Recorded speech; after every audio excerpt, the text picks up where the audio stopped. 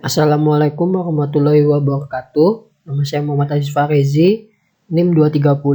Selanjutnya di sini saya akan membahas tentang chapter ketiga, yaitu penilaian resiko pertama. 3.1 tahapan audit. Yang pertama ada tahap penilaian resiko. Resiko audit adalah resiko bahwa auditor menyatakan opini audit yang tidak tepat ketika laporan keuangan salah saji secara material. Auditor akan melakukan berbagai prosedur penilaian resiko untuk memastikan bahwa perhatian yang tepat diberikan pada akun dan transaksi yang paling beresiko salah saji material. Selama tahap penilaian resiko audit, auditor akan mengevaluasi resiko kesalahan penyajian material karena kecurangan. Terkait kecurangan dalam audit atas laporan keuangan dan mempertimbangkan apakah hal tersebut tepat untuk mengasumsikan bahwa klien mereka akan tetap menjadi perusahaan berkelanjutan. Struktur tata kelola perusahaan klien dinilai selama fase penilaian resiko audit. Ini adalah proses yang digunakan untuk memastikan bahwa perusahaan dikelola dengan baik dan antara lain resiko diidentifikasi dan dikendalikan.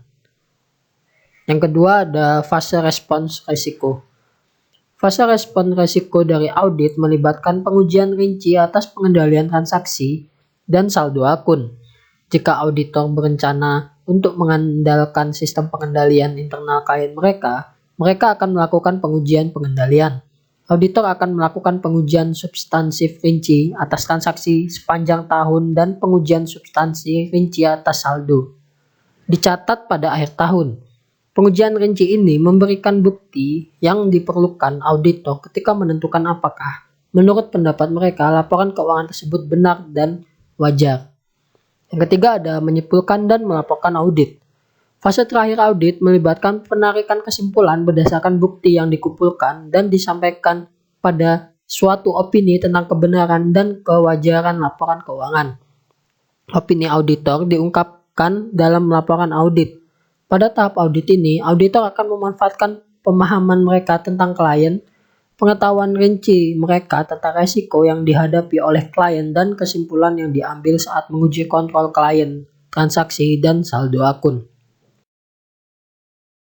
3.2 mendapatkan pemahaman tentang klien. Yang pertama ada tingkat entitas. Auditor akan mengajukan pertanyaan tentang apa yang dilakukan klien, bagaimana fungsi klien, struktur kepemilikan klien, dan sumber keuangannya. Untuk klien baru, proses ini sangat detail dan memakan waktu. Sedangkan untuk klien yang berkelanjutan, proses ini tidak terlalu memberatkan dan melibatkan pemutahiran pengetahuan yang diperoleh dari audit sebelumnya. Dengan memperoleh pemahaman tentang klien, auditor berada dalam posisi yang lebih kuat untuk menilai resiko tingkat entitas dan akun laporan keuangan yang memerlukan pemeriksaan lebih dekat. Yang kedua ada tingkat industri. Di tingkat industri, auditor tertarik dengan posisi klien mereka dalam industrinya, tingkat persaingan dalam industri tersebut, dan ukuran klien mereka relatif terhadap pesaing.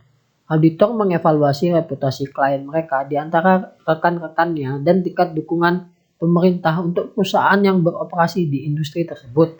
Pertimbangan lain adalah tingkat permintaan untuk produk yang dijual atau jasa yang disediakan oleh perusahaan dalam industri tersebut dan faktor-faktor yang mempengaruhi permintaan tersebut.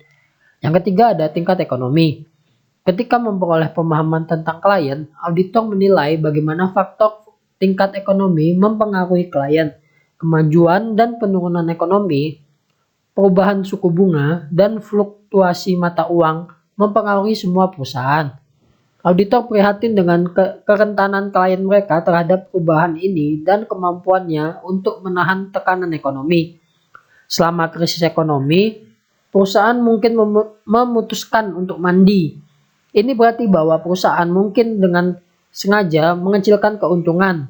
Ketika ekonomi sedang buruk, ada kecenderungan untuk memaksimalkan penghapusan karena penurunan laba dapat dengan mudah dijelaskan ke pasar saham karena sebagian besar perusahaan mengalami penurunan pendapatan. Yang selanjutnya, 3.3 resiko penipuan. Seorang auditor dapat menggunakan bendera merah untuk memperingatkan mereka tentang kemungkinan bahwa penipuan mungkin telah terjadi.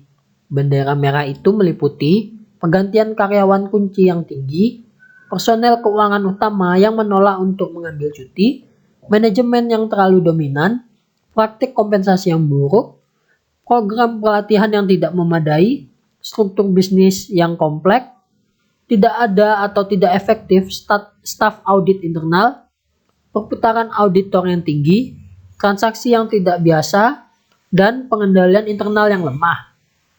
Ada dua jenis penipuan yang luas. Yang pertama, penipuan pelaporan keuangan adalah dengan sengaja salah menyatakan item atau menghilangkan fakta penting dari laporan keuangan. Penyalahgunaan aset penipuan umumnya melibatkan beberapa bentuk pencurian. Pencegahan mengacu pada penggunaan kontrol dan prosedur yang bertujuan untuk menghindari penipuan. Deteksi mengacu pada penggunaan kontrol dan prosedur yang bertujuan untuk mengungkap penipuan jika terjadi. Auditor bertanggung jawab untuk menilai risiko kecurangan dan keefektifan upaya klien untuk mencegah dan mendeteksi kecurangan melalui sistem pengendalian internalnya. Saat menilai risiko kecurangan, auditor dapat mempertimbangkan insentif dan tekanan untuk melakukan kecurangan, peluang untuk melakukan kecurangan, dan sikap rasional yang digunakan untuk membenarkan melakukan kecurangan. 3.3 Resiko penipuan. Yang pertama ada insentif dan tekanan untuk melakukan penipuan. Ketika auditor mengetahui salah satu faktor risiko ini dalam isolasi atau kombinasi, mereka akan merencanakan auditnya untuk memperoleh bukti terkait dengan setiap faktor risiko. Contohnya, yang pertama, klien beroperasi dalam industri yang sangat kompetitif, penurunan permintaan yang signifikan untuk produk atau pelayanan klien, keuntungan jatuh, dan yang lainnya. Yang kedua ada peluang untuk melakukan penipuan. Auditor akan memanfaatkan pengetahuan mereka tentang bagaimana kecurangan lain telah dilakukan untuk menilai apakah peluang yang sama ada di klien. Contoh peluang yang meningkatkan risiko terjadinya penipuan meliputi akun yang mengandalkan estimasi dan penilaian, volume transaksi yang tinggi menjelang akhir tahun, jurnal penyesuaian dan pembalikan yang signifikan setelah akhir tahun, dan yang lainnya. Yang ketiga ada sikap dan rasionalisasi untuk membenarkan suatu kecurangan. Sikap mengacu pada keyakinan etis tentang benar dan salah, dan rasionalisasi mengacu pada kemampuan untuk membenarkan suatu tindakan. Contoh sikap dan rasionalisasi yang digunakan untuk membenarkan kecurangan meliputi nada bicara yang buruk di puncak, yaitu dari manajemen senior, penerapan struktur pengendalian internal yang efektif tidak dipandang sebagai prioritas, fokus yang berlebihan pada maksimalisasi keuntungan dan atau harga saham, sikap yang buruk untuk mematuhi peraturan akuntansi, dan yang terakhir, rasionalisasi bahwa perusahaan lain membuat pilihan akuntansi yang tidak tepat yang sama. 3.4 Menjalani perhatian. Selama setiap fase audit, auditor akan mempertimbangkan apakah tepat untuk mengasumsikan bahwa klien mereka akan tetap berkelanjutan. Yang pertama ada resiko going concern indikator. Ada sejumlah indikator yang sendiri atau gabungan dapat menunjukkan bahwa asumsi kelangsungan usaha mungkin beresiko. Daftar lengkap kejadian dan kondisi yang menimbulkan keraguan pada asumsi kelangsungan usaha disediakan dalam ASA 570. Indikatornya meliputi rasio hutang terhadap ekuitas yang signifikan, pinjaman jangka panjang yang akan jatuh tempo tanpa adanya pembiayaan alternatif, kerugian yang berkepanjangan, ketidakmampuan untuk membayar hutang pada saat jatuh tempo, dan yang lainnya. Jika auditor mengidentifikasi faktor risiko yang menunjukkan bahwa asumsi kelangsungan usaha diragukan, mereka akan melakukan prosedur untuk mengumpulkan bukti mengenai setiap faktor risiko. Jika auditor menyimpulkan bahwa asumsi kelangsungan usaha diragukan, prosedur ini lebih lanjut memberikan daftar prosedur audit yang sesuai. Mereka termasuk penilaian arus kas, penilaian item pendapatan dan beban, penilaian laporan keuangan interim, review kontrak hutang, review dewan dan pertemuan lainnya, diskusi dengan manajemen klien dan pengacara, dan yang terakhir, identifikasi dan penilaian faktor-faktor yang meringankan. Yang kedua ada resiko going concern, faktor yang meringankan.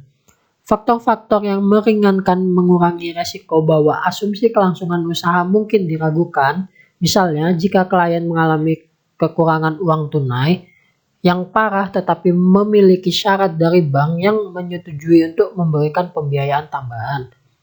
Faktor mitigasi lainnya termasuk surat pinjaman dari perusahaan induk, ketersediaan aset non-inti yang dapat dijual untuk menyediakan uang tunai yang dibutuhkan tanpa mengganggu kapasitas operasi perusahaan, kemampuan untuk mengumpulkan dana tambahan melalui penjualan saham, kemampuan untuk mengumpulkan dana tambahan melalui pinjaman, dan yang terakhir, kemampuan untuk menjual segmen bisnis yang tidak menguntungkan.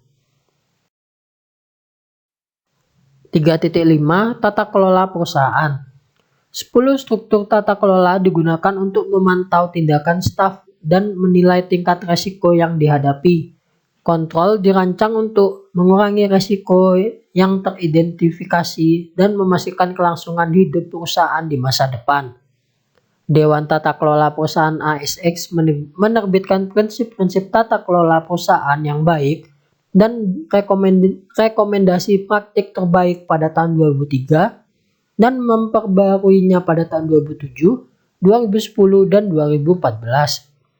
Prinsip-prinsip rekomendasi tata kelola perusahaan berisi prinsip utama dan rekomendasi yang berlaku untuk perusahaan-perusahaan yang terdaftar di ASX. Tidak diharapkan semua perusahaan yang terdaftar akan mengikuti semua pedoman ini. Sebaliknya, ASX menyarankan agar semua perusahaan mempertimbangkan rekomendasi sebagai sarana untuk memperbaiki struktur perusahaan, meningkatkan kinerja, dan meningkatkan akuntabilitas kepada pemegang saham dan pihak berkepentingan lainnya. Saat memperoleh pemahaman tentang klien yang terdaftar, auditor akan mempertimbangkan kepatuhan klien mereka terhadap prinsip dan rekomendasi tata kelola perusahaan ASX dan alasan klien untuk ketidakpatuhan. Jika berlaku, klien yang tidak menjalankan kewajiban tata kelola perusahaan secara serius mungkin tidak menganggap serius kewajibannya untuk menyiapkan laporan keuangan yang memberikan pandangan yang benar dan wajar. 3.6 Teknologi informasi. Risiko yang terkait dengan teknologi informasi termasuk akses tidak sah ke komputer, perangkat lunak, dan data kesalahan dalam program, kurangnya cadangan dan hilangnya data. Kesalahan dalam pemrograman komputer dapat terjadi jika program tidak diuji secara menyeluruh. Program baru dan perubahan pada program harus diuji secara ekstensi sebelum dioperasikan. Program baru dapat dibeli langsung dari penyedia perangkat lunak atau dikembangkan secara internal oleh staf klien. Ketika klien membeli program tujuan umum dari RA, ada resiko bahwa program akan memerlukan modifikasi agar sesuai dengan operasi klien yang dapat menyebabkan kesalahan. Ketika klien memasang sistem teknologi informasi baru, ada sejumlah resiko. Ada resiko bahwa sistem mungkin tidak sesuai untuk klien dan persyaratan pelaporannya. Setelah penginstalan, ada resiko data mungkin hilang atau rusak saat mentransfer informasi dari sistem yang ada ke sistem yang baru. 3.7 Prosedur penutupan. Saat menyelesaikan laporan keuangan, klien akan menutup akunnya untuk periode keuangan. Item pendapatan dan pengeluaran harus mencakup semua transaksi yang terjadi selama periode keuangan dan tidak termasuk transaksi yang terkait dengan periode lain. Saldo aset dan kewajiban harus mencakup semua item yang relevan.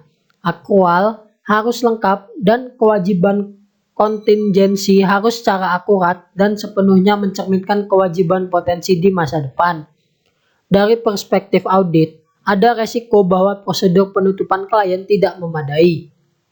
Auditor dapat memeriksa laporan ini untuk menilai keakuratan prosedur penutupan klien mereka saat menyiapkan laporan tersebut. Jika terdapat selip yang signifikan di mana prosedur penutupan tidak memadai dan transaksi tidak selalu dicatat dalam periode pelaporan yang sesuai, auditor akan berencana untuk menghabiskan lebih banyak waktu untuk melakukan pengujian terperinci di sekitar akhir tahun. Ada sejumlah cara auditor dapat menilai kecukupan prosedur penutupan klien mereka. Klien yang melaporkan setiap bulan lebih dari cenderung memiliki prosedur penutupan yang mapan daripada klien yang hanya melaporkan setiap tahun. Seorang auditor akan memeriksa keakuratan perhitungan akrual sekitar akhir tahun.